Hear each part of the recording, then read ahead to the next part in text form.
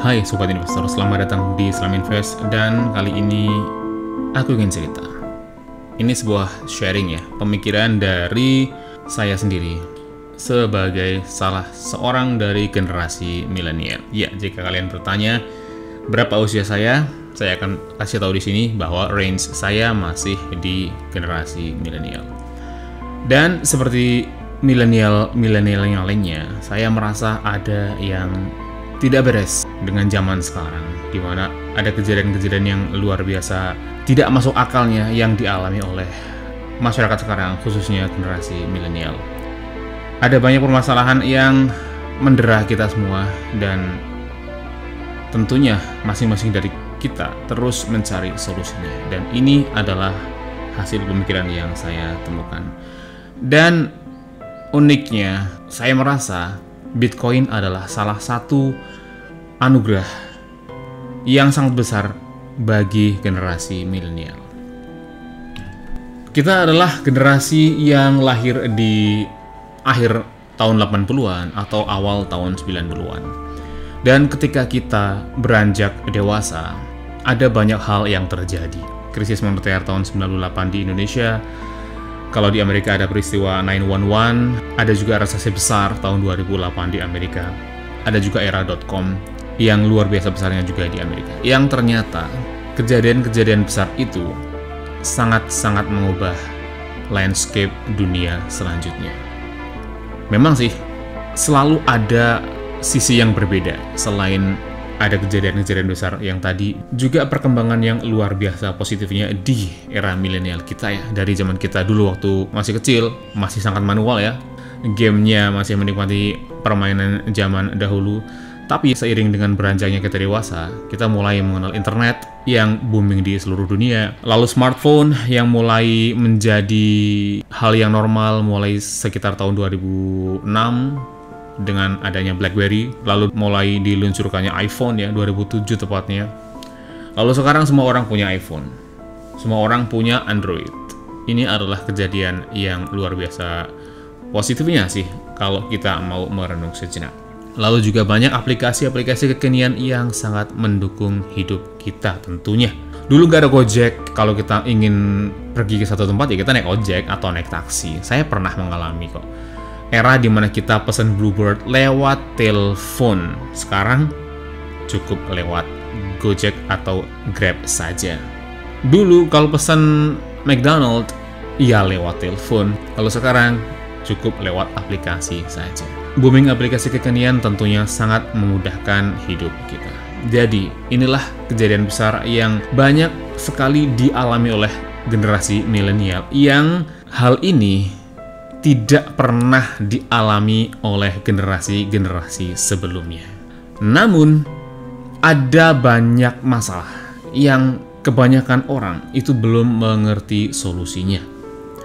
Contoh masalah yang masih mendera kita semua, yaitu generasi milenial, adalah milenial itu lebih susah untuk punya rumah. Banyak sudah media-media mainstream yang mengcover soal ini ya. Milenial itu memang lebih susah punya rumah. Kenapa? Ya karena harga rumahnya semakin lama semakin tinggi dan tidak bisa dijangkau oleh pendapatan milenial. Ini berbeda dengan generasi sebelumnya ya, generasi orang tua kita semua yang dimana mereka kerja biasa saja nih, kerja tani mungkin atau kerja dagang, tapi mereka dengan mudahnya bisa punya rumah. Coba cek orang tua kita semua, mereka lebih tradisional, tapi ternyata mereka lebih bisa punya rumah. Lalu milenial juga cenderung untuk menunda pernikahan. Kenapa? Ya masih terhubung dengan alasan yang pertama tadi, karena lebih susah punya rumah. Artinya untuk membina keluarga syaratnya masih lebih susah untuk dipenuhi, dan untuk mencapai kestabilan finansial. Ya mungkin alasannya mereka positif ya tentunya untuk membina karir. Tapi sebenarnya disadari ataupun tidak, alasan tersembunyinya adalah ya karena untuk beli rumah, untuk menikah itu sekarang jauh lebih besar modalnya. Sehingga mereka mau nggak mau harus meniti karir terlebih dahulu. Jadi generasi kita adalah generasi yang lebih susah dibandingkan dengan orang tua kita dalam hal memperoleh kestabilan finansial. Dimana orang tua kita yang biasanya lulusannya tidak terlalu tinggi ya, lebih jarang yang lulusan sarjana kan tentunya di Indonesia, tapi mereka bisa tuh hidup dengan layak, punya rumah, bisa menghidupi keluarga. Sementara kita semua milenial, kebanyakan kita S1, sarjana, S2, S3, punya karir yang mapan, tapi untuk punya rumah aja susah. Rumah kita kebanyakan KPR, nyicil 10 tahun, 15 tahun, sedangkan orang tua kita yang pendidikannya lebih rendah daripada kita biasanya, tapi ternyata rumahnya bisa langsung dibangun, cash bahkan. Di era kita juga banyak yang memiliki pasangan yang juga bekerja ya. Perempuan-perempuan sekarang banyak yang meniti karir, alasannya aktualisasi diri. Tapi sebenarnya diakui ataupun tidak, ada alasan tersembunyi yang mereka ketahui ataupun tidak ketahui ya, yaitu mereka tentunya ingin membantu suami memperoleh income yang lebih, atau karena ya mau nggak mau terpaksa. Karena saya yakin jika kalian punya istri ataupun kalian adalah perempuan-perempuan, coba tanyakan ke diri kalian sendiri. Yakin kalian lebih memilih untuk bekerja? Selain itu, waktu bekerja milenial juga lebih lama dibandingkan dengan generasi-generasi sebelumnya. Coba lihat orang-orang zaman dahulu, petani deh. Mereka bangun pagi, sholat subuh, terus mereka sarapan, singkong, mereka baru berangkat ke sawah sekitar jam 7 atau 8 pagi, dan mungkin jam 3 atau jam 4 mereka udah pulang. Dan begitu saja udah cukup untuk menghidupi kehidupan mereka. Tapi generasi milenial beda.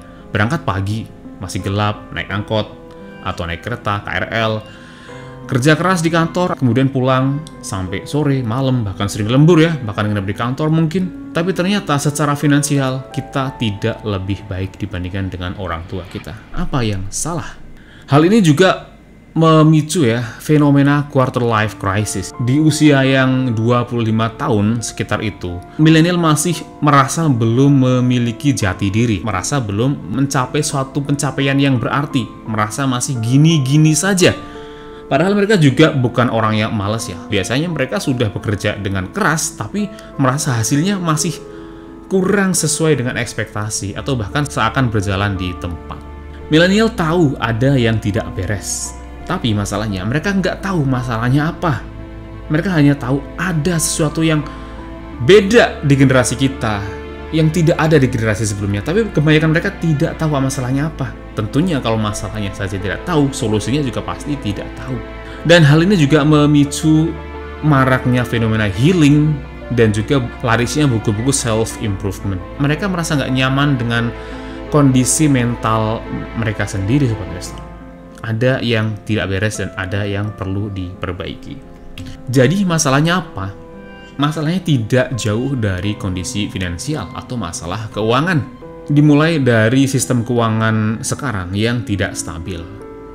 Dihapusnya standar emas tahun 1971 oleh Presiden Nixon di Amerika yang membuat seluruh negara di dunia itu tidak lagi mata uangnya dihubungkan dengan emas. Hal ini tentunya akan memicu inflasi dan juga resesi yang terlalu cepat ya, karena ketika sebuah mata uang tidak di-backup oleh emas, pemerintah akan bebas untuk mencetak uang, menambah supply, dan bisa terjadi resesi atau krisis moneter. Contoh, tengok negara Zimbabwe yang inflasinya luar biasa besar, Venezuela, Turki, Lebanon, itu adalah contoh-contoh ekstrim yang nyata kejadian di dunia dan sangat mungkin bisa juga terjadi di negara kita. Lalu kita semua pasti sadar harga-harga barang terus-menerus naik. Sekarang bulan Ramadan, coba kalian cek di minimarket, banyak orang yang tentunya merasa ini nggak beres. Ditambah lagi dengan ketidaktahuan cara untuk menabung dan juga investasi. Semakin galau saja, harga naik, nabung nggak bisa. Kenapa nggak bisa? Ya karena kalau sekedar menyimpan uang di bank, akan tergerus inflasi dan juga resiko-resiko yang lainnya, yang mungkin akan saya bahas di video selanjutnya mengenai resiko-resiko menabung di bank. Lalu bagaimana solusinya? Ada Bitcoin yang bisa menjadi solusinya. Kenapa saya bilang Bitcoin adalah solusi?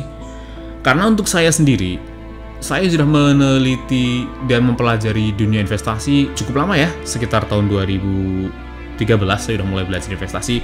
Saya sudah mendalami reksadana, saham, trading, kripto, dan tentunya juga Bitcoin.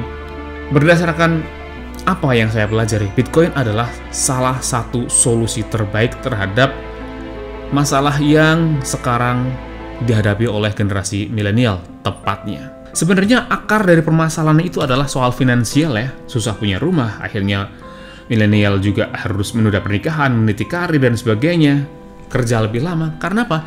Karena sebenarnya sistem uang kita tuh nggak stabil, inflasi terlalu tinggi. Jika seandainya kita bisa mengubah sistem keuangan, tentunya akan lebih baik bagi semua orang dan milenial tentunya. Dan Bitcoin adalah sebuah sistem keuangan yang benar-benar berbeda dibandingkan dengan sistem keuangan yang ada sekarang. Pertama, Bitcoin itu lahir tepat setelah resesi tahun 2008 di Amerika. Mungkin di Indonesia efeknya tidak terlalu berasa, tapi kalau di Amerika banyak orang kehilangan rumah mereka, kehilangan pekerjaan mereka, dan beberapa waktu setelahnya, sekitar tahun 2009 ya, 3 Januari tahun 2009, muncullah Bitcoin yang bisa mengatasi semua itu. Kenapa Bitcoin bisa mengatasi masalah milenial? Bitcoin adalah soal kebebasan, kemakmuran individu, dan kejujuran. Apalagi ini, Bitcoin adalah mata uang digital yang tidak bisa dicetak oleh pihak manapun. Beda seperti uang fiat ya, contoh The Fed di Amerika. Sudah jadi rahasia umum bahwa The Fed itu terus-menerus mencetak uang. Bahkan, sekitar 40% dari suplai dolar yang ada di dunia ini sekarang itu dicetak setelah tahun 2020.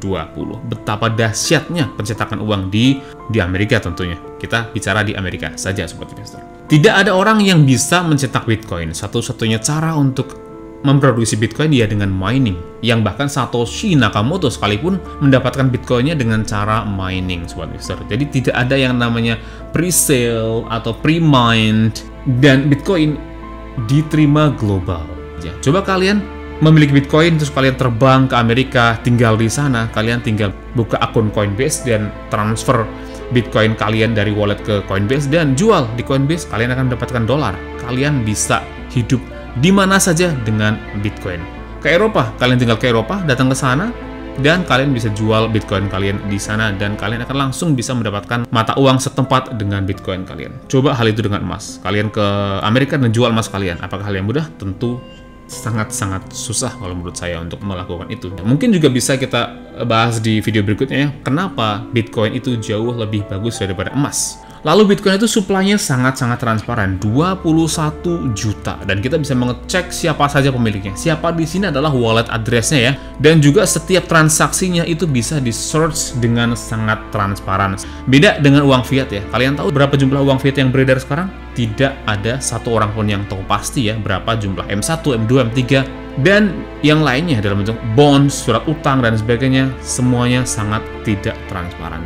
Kelebihan Bitcoin lagi adalah Bitcoin itu tidak bisa dirampas. Bitcoin adalah milik kita sepenuhnya. Jika kalian bisa menghafalkan 12 kata seed phrase dari Bitcoin, dan kalian tidak tulis seed phrase kalian di kertas atau dimanapun, kalian hanya menghafalkan 12 kata saja, dan saya yakin kalian mampu untuk melakukan itu, kalian bisa membawa Bitcoin kalian ke liang lahat. Artinya kalau kita meninggal, kita bisa membawa Bitcoin itu tuh ikut hilang bersama kita. Hal ini tidak pernah bisa dilakukan dengan aset-aset yang lainnya. Misal kita punya emas, kita meninggal, ya emas kita pasti akan diwariskan atau bahkan diambil orang. Contohnya, kita punya tanah, kita meninggal, tanah kita akan diambil orang atau diwariskan ke anak cucu kita. Artinya Bitcoin adalah satu-satunya harta yang bisa dibawa mati. Bitcoin adalah harta yang benar-benar milik kita sepenuhnya. Menabung Bitcoin juga membuat kita memiliki peace of mind.